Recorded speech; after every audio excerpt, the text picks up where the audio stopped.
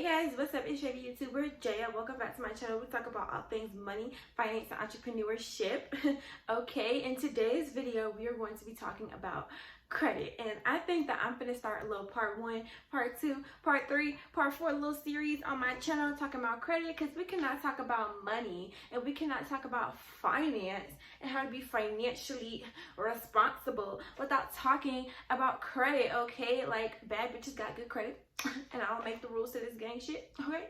I just follow it. So, without further ado, you already know we're going to talk about credit. Okay, so credit is defined as the ability to borrow money or access to goods or services with the understanding that you will pay it back later. So you take out a car note, you have the understanding that you will make payments on this car note to pay back your car loan. You get a credit card, you have an understanding that at the end of every month you will pay this card off. Okay, so your credit, you have 3 credit bureaus: TransUnion, Equifax, and Experian. Each credit bureau gives you your own personal credit score, and these credit scores may vary just a little bit, okay? So TransUnion may give you like a 720, and then Experian may give you like a 745, and then like Equifax may give you like a 730 or something like that. They won't vary like, oh, one credit bureau give you a 760,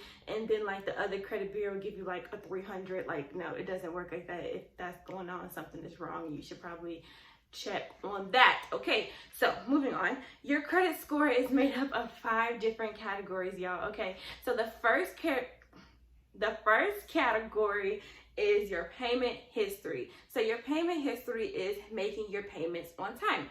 So for example, my credit card, one of my bills is due on the 19th of every month, okay? And I'm gonna tell y'all why, but somebody would have told me. So I thought that because my credit card was due on the 19th, if I make my payment at 12:01 a.m. on the 20th, it was gonna report back to the credit people that I have a late payment. But no, you have 30 days after the due date of the credit card to make your payment on time. So if your credit card was due on June 19th, you have until July 19th before it reports back to the credit bureau that you have a late payment. Now, late payments make up 35% of your credit score. So if you have a late payment, it will severely impact your credit score, and it takes 12 consecutive payments for that one payment not to make as much as an impact on your credit score. So in other words,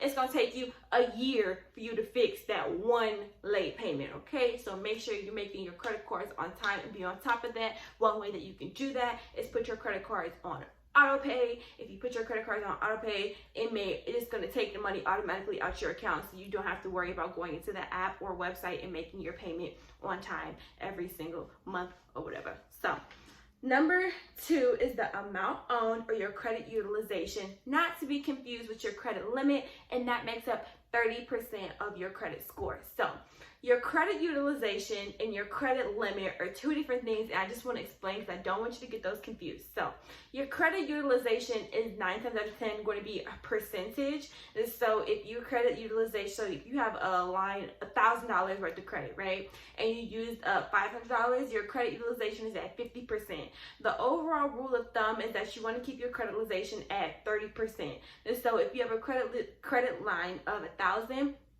you don't want to use more than $300 to keep your credit utilization at under 30% or less than that, because that's generally like what the rule is good to the credit card people, credit card bureaus, credit card, whatever, honey. Anyways, so your credit limit is going to be, for example, if you apply for a credit card and you get a credit limit of $1,200, that's your credit limit. That's a number, not a percentage, and that varies by whoever gave you the money to borrow, okay?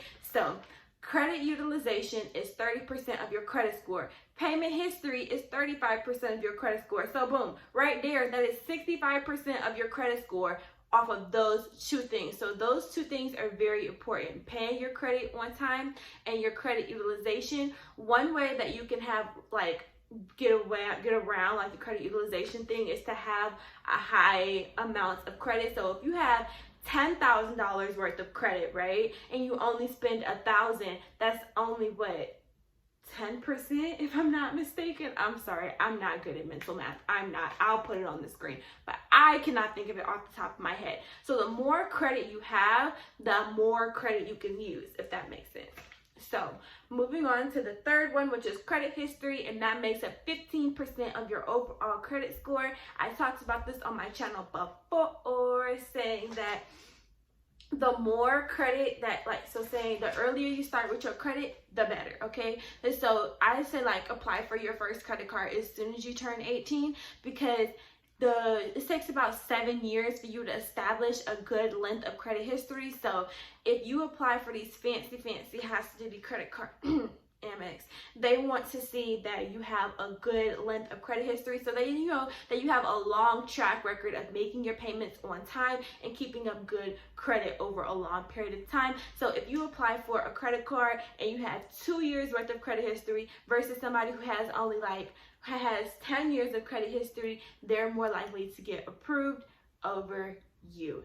So length of credit history makes up 15% of your overall credit score.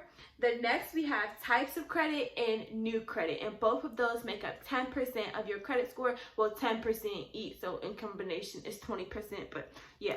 So types of credit: your mortgage, your car note, credit cards, different types of credit. Your diversity looks really good to see that you were able to handle having multiple types of credit, maybe be a personal.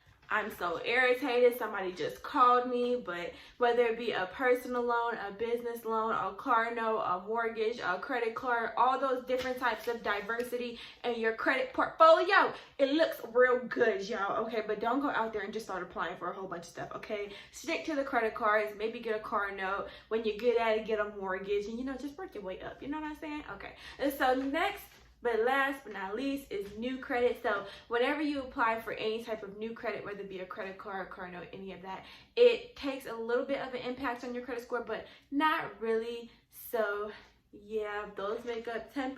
Together they make up 20%. So just to go over it real quick: payment history, 35%, credit utilization, 30%, length of credit history, 15%, types of credit, 10%, and new credit, 10%. And altogether that makes 100% of your overall credit score, okay? We also have things such as derogatory remarks and inquiries and stuff like that, but we're going to talk about that in another video, because there's no way that I can talk about all things that have to do with credit in one video. So make sure you stay tuned for this little series, part 1, part 2, part 3, part 4 thing that we're going to have on my channel, okay?